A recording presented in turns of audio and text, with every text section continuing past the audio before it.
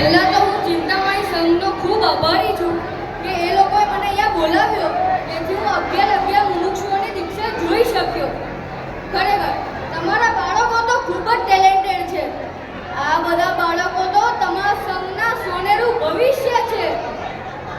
બાકી અત્યારના છોકરાઓ તો એ લોકોની તો આખી લાઈફસ્ટાઈલ જ બદલાઈ ગઈ છે ને. તમે 5 છોકરાઓ ને 5 છોકરીઓને સાથે બેસાડો ને તો બધાના મોઢા આમ ને મોબાઈલમાં ફોન જ હોય છે અને બધા પોતપોતાના ફોનમાં ગુલ. અરે લોકોની આખી લાઈફસ્ટાઈલ બદલી કાઢી છે ફોને તો. અરે થોડું રૂટીન લાઈફ છોકરાએ બી બદલવું જોઈએ. છોકરાઓ તો રાત્રે મોડા સુધી જાગે અને સવારે મોડા ઉઠે. અરે પેલી જૂની કહેવત તો આપણે બધા ભૂલી જ ગયા છે. ચલો મારી સાથે હું કહેવત ગાઉં તો, રાત્રે વહેલા જે સૂવે વહેલા ઉઠે વીર, બળ બુદ્ધિને ધન વધે સુખમાં રહે. બરાબર છે, સુખમાં રહે શરીર. જો આપણે કોઈ છોકરાને હવે વહેલા 7 વાગે ઉઠવાનું કહીને કશે જવાનું હોય, અરે એ છોકરાના તો મોતિયા જ મળી જાય. કેમ કે રાતના 2 કે 3 વાગે તે લોકોનો ઊંઘવાનો સમય હોય અને ઘરની થોડીક પણ નજીક જવું હોય તો વેહિકલ વગર તો વાત જ ના કરે. અરે વેહિકલના લીધે તમારું ચાલન શક્તિ જ ના થાય ને યાર. તમારા ફિઝિકલ વર્ક તો જોઈએ ને આજના જમાનામાં. અરે અત્યારના લોકો તો અમારા ગુજરાતના પાછા ગરબા બહુ વખણાય. તમે લોકોએ જોયા છે ને ગરબા? એમ તો આજનું જનરેશન 10 મિનિટ બી ના ચાલે, પણ ત્યાં તો 2-2 3-3 કલાક કૂદીને નાચે ને એ પણ કોઈ પણ બ્રેક વગર. આપણે ગુજરાતીઓ પાછા ખાવાના બહુ શોખીન.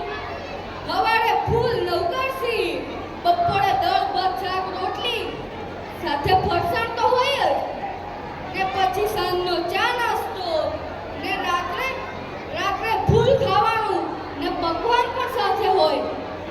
અરે મારા સાહેબે કેટલી વખત રાત્રિ ભોજનનો ત્યાગ કરવાનું કીધું છે, પણ આમાંથી કેટલા લોકો એ વાતને માને છે ને રાત્રે નથી ખાતા. અરે અત્યારની જનરેશનમાં તો પાછું નવું આવ્યું છે, દરેક આઈટમમાં તો કે ચીઝ. અરે પિઝા બર્ગર સેન્ડવિચમાં તો સમજ્યા કે થોડું ચીઝ આવે, પણ હવે તો પાણીપુરી બી ચીઝ વાળી. અરે મુંબઈમાં આવ્યા પછી મને ખબર પડી કે અહીંયા તો મિસળપાવ બી ચીઝ વાળું મળે છે. અરે થોડી લાઈફસ્ટાઈલ સુધારો.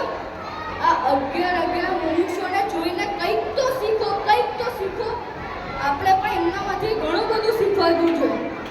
કેવું આ અસાર સંસારમાંથી બધી સુખ સુવિધા છોડીને સંયમનો માર્ગ અપનાયો અને દીક્ષા લીધી. એટલે હું એમનો ખૂબ ખૂબ આભારી છું અને તેમને કોટી મારા નમન.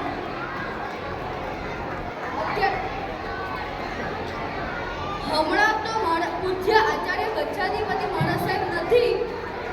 પૂજ્ય આચાર્ય ગચ્છાધિપતિ મહારાજ સાહેબ એટલે કલ્પ સુરીશ્વરજી મહારાજ સાહેબ અને પૂજ્ય આચાર્ય ભગવાન એટલે કે ત્રિભદ્ર સુરીશ્વરજી મહારાજ સાહેબ હમણાં અહીંયા તો નથી આવ્યા, પણ જ્યારે હું એમને કાલે મળી તો હું એમને કહીશ કે આ લોકોને જોઈને મને પણ દીક્ષા લેવાનું મન થઈ ગયું, એટલે મને પણ દીક્ષા આપો. વાતમાં આ બોલવામાં થોડી ભૂલ થઈ ગઈ હોય તેના માટે મિચ્છામી દુક્કડમ પ્રણામ. આવજો. સરસ.